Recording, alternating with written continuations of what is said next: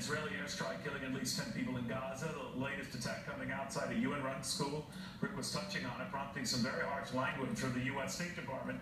Quoting here, the United States is appalled by today's disgraceful shelling to Democratic New York State Assemblyman Hikind, who says that he is appalled by the State Department putting out a statement like that. Not a fan of how we'll react.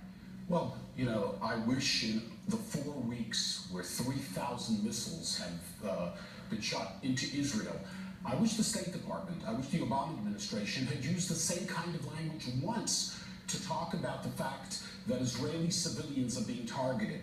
Appalled, disgraceful, that is language that has not been used by the Obama administration to talk about Hamas using children, using women, using the population of Gaza as human shields. That language, appalled, disgraceful, has not been used by the Obama administration with regard to this terrorist organization. Because, you know, Benjamin Netanyahu said that, you know, I'd never second guess me again. So obviously, whatever they were doing behind the scenes and talking about not in public, they're airing the dirty laundry and the strong words in public, which lends me to believe that in private it's even worse. What happened? Well, I don't know what happened.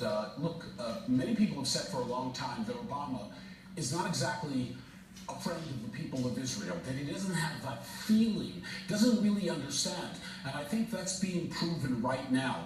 The fact is that all of us feel terrible about civilians in Gaza being killed. But who's to blame for it? Who are we pointing the finger at? At the people of Israel who are defending themselves? Do you think they're over-defending? Do you think their response is out of proportion? Not at all. Today, 100, not 50, but 100 missiles have been sent towards Israel.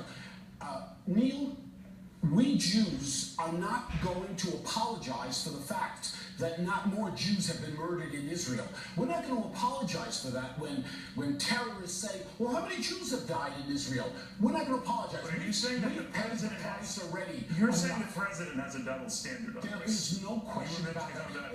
In fact, over the years in fighting the Taliban and Al-Qaeda, American jets have killed many civilians in Pakistan, Afghanistan, and Iraq. In fact, maybe thousands of civilians, men, women, and children have died as a result of attacks against the terrorists.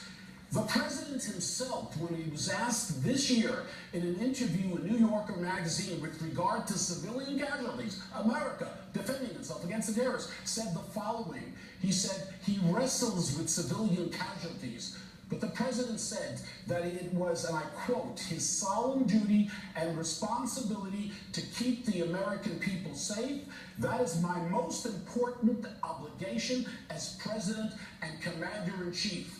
It's good for America, but not for the people of Israel, not for Prime Minister Netanyahu to defend the people of Israel. The people of Israel want peace. That's all they want. They want that the missiles heading towards 80% of Israel stop, and they haven't stopped even today. There's got to be one standard, not a double standard. So what does it mean when the Prime Minister has said, don't second guess me again? What was he saying? I think there's frustration that America, that the President of the United States, do you think aid has been threatened? There's no question in my mind. That's the message. It hasn't been said. I hate to say this as an American, what I'm going to say, but I wish we could learn from Prime Minister Harper of Canada what it means to be a friend and what it means to fight terrorism.